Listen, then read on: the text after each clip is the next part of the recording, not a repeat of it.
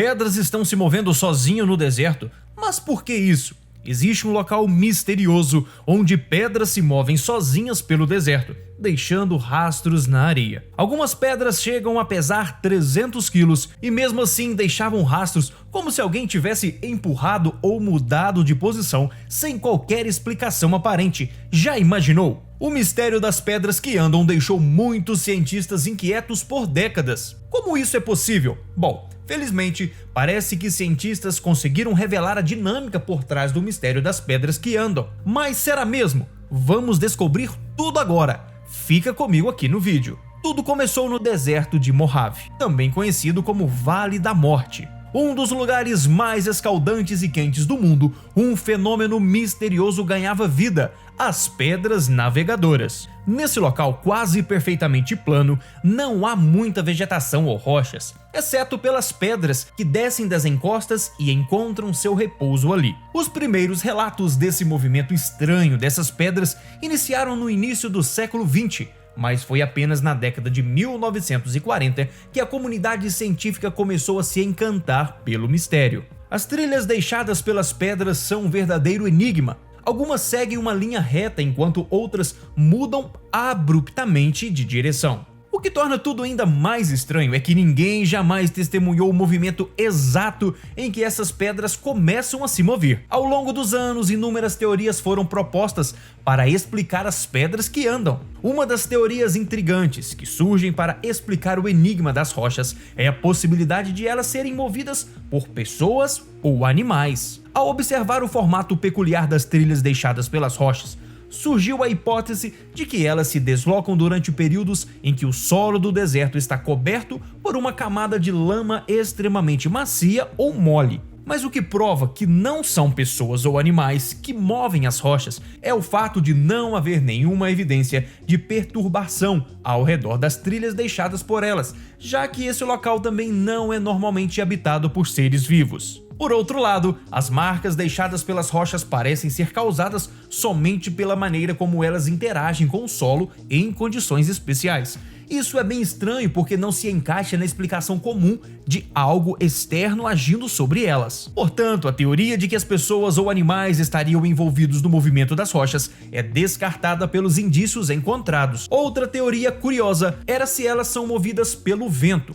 Na verdade, essa sempre foi a explicação favorita para muitos pesquisadores. Os ventos predominantes que sopram sobre o local seguem a direção sudoeste e nordeste. É interessante observar que a maioria das trilhas deixadas pelas rochas são paralelas a essa direção. Essa forte relação indica que o vento tem um papel importante no movimento das rochas e pode ser até o responsável por isso em parte. A ideia era de que rajadas fortes de vento ou até mesmo ventos de furacão poderiam dar um impulso inicial para colocar as rochas em movimento. Os pesquisadores achavam que isso ocorresse quando o solo estava extremamente úmido, logo após uma chuva que transformava a superfície em uma lama escorregadia. Uma vez que a rocha começasse a se mover, ventos de velocidade mais baixas poderiam continuar impulsionando o movimento à medida que as rochas deslizavam pela lama escorregadia e macia. As curvas nas marcas deixadas pelas rochas eram explicadas pela forma como o vento soprava ou como ele interagia com as formas irregulares das rochas. Porém, há um problema com essa teoria. Muitas dessas rochas pesam centenas de libras e estão profundamente enterradas na lama do local. É muito improvável que o vento sozinho tenha a capacidade de mover essas grandes pedras. Essa questão intriga os cientistas, fazendo com que eles busquem outras explicações para entender como essas rochas se movem de forma tão estranha. Por isso, embora o vento pareça ter um papel importante nesse fenômeno, é difícil acreditar que ele sozinho consiga mover as pedras tão pesadas e enterradas na lama. Já essa outra teoria é realmente interessante. Presta atenção. Alguns pesquisadores levantaram a possibilidade de as rochas serem movidas pelo gelo.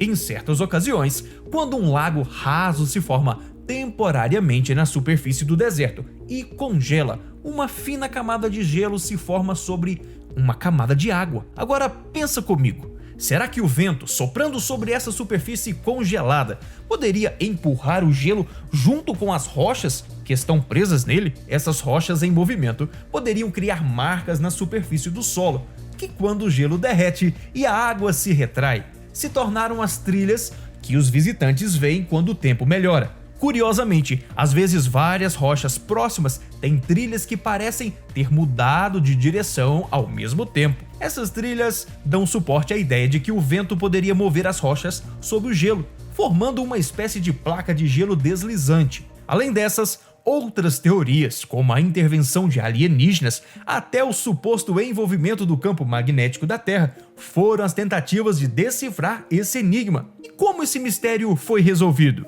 Bom, até o ano de 2013, todas as principais explicações dizem que o vento era o responsável por mover as rochas, usando uma camada de gelo para empurrá-las. Imagine que essa camada de gelo é um motor que dá energia suficiente para movimentar rochas muito pesadas, com cerca de 600 libras pela superfície do local. Só que no dia 4 de dezembro de 2013, algo surpreendente aconteceu. Richard Norris, juntamente com seu primo, se dedicaram a desvendar esse mistério e ficaram esperando pacientemente pelo primeiro movimento das pedras no deserto de Mojave. Acredita-se que levariam anos até que qualquer movimento fosse observado, mas para surpresa deles, não demorou tanto assim. Tudo começou com uma rara chuva que atingiu a região. Depois de um tempo, as gotas da água formaram uma camada fina sobre o solo, criando uma espécie de lago raso. Alguns pesquisadores decidiram equipar algumas das rochas com pequenos dispositivos de GPS e as gravações revelaram algo impressionante. Algumas das rochas se moveram por mais de 200 metros em pelo menos 4 episódios de movimento. Em apenas 1 minuto de vídeo foi possível ver as pedras deslizando por 3 ou 5 metros. Algumas das rochas rastreadas percorreram incríveis 224 metros entre dezembro daquele ano e janeiro de 2014, em uma sequência de eventos extraordinários. Em fevereiro de 2014, quando o lago secou, novas trilhas deixadas pelas rochas recém-movidas puderam ser observadas sobre a superfície. Sendo assim, esse estudo confirmou que, de fato, durante as noites geladas, essa água se transformava em uma camada de gelo com uma espessura de 3 a 6 milímetros, que fica presa firmemente na base das rochas. Com a chegada do sol, o gelo começa a se romper, formando grandes placas que são impulsionadas pelos ventos. É assim que as pedras começam a se mover sobre o solo, viajando a uma velocidade surpreendente de 2 a 5 metros por minuto.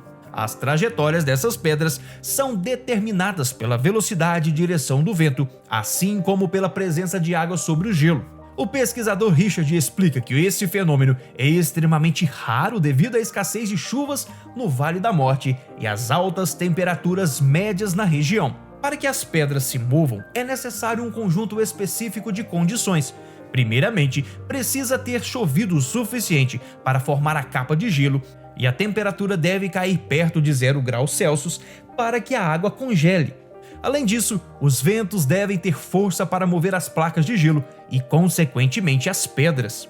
Se a camada de gelo for mais espessa, ela não consegue flutuar sobre a água líquida. À medida que são impulsionadas pelo vento, as rochas empurram outras pedras. Mesmo com uma explicação científica para desvendar o mistério, não podemos negar que esse fenômeno continua sendo fascinante no mínimo.